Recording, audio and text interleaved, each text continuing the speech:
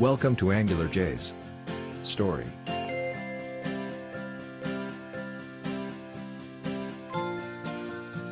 Once upon a time there was a person. As part of his normal schedule he used to cycle happily to office. Worked as a front-end developer.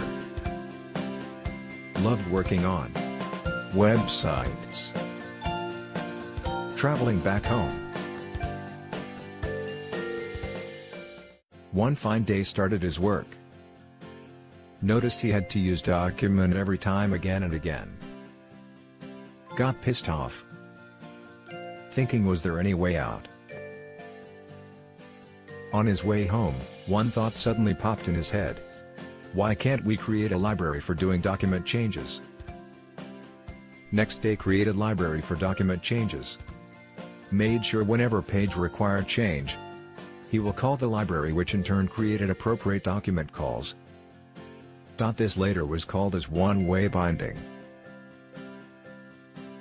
For changes originating from the page, he made sure library was called, which in turn created corresponding document object changes. This together was called as two-way binding. Library turned out to be very useful. Reduced much of the developer's work. Thinking will be useful to the open community. Decided to made as open source under the name of AngularJS. Because of Angular brackets. Later got rewritten completely as Angular framework. Due to the limitations in AngularJS.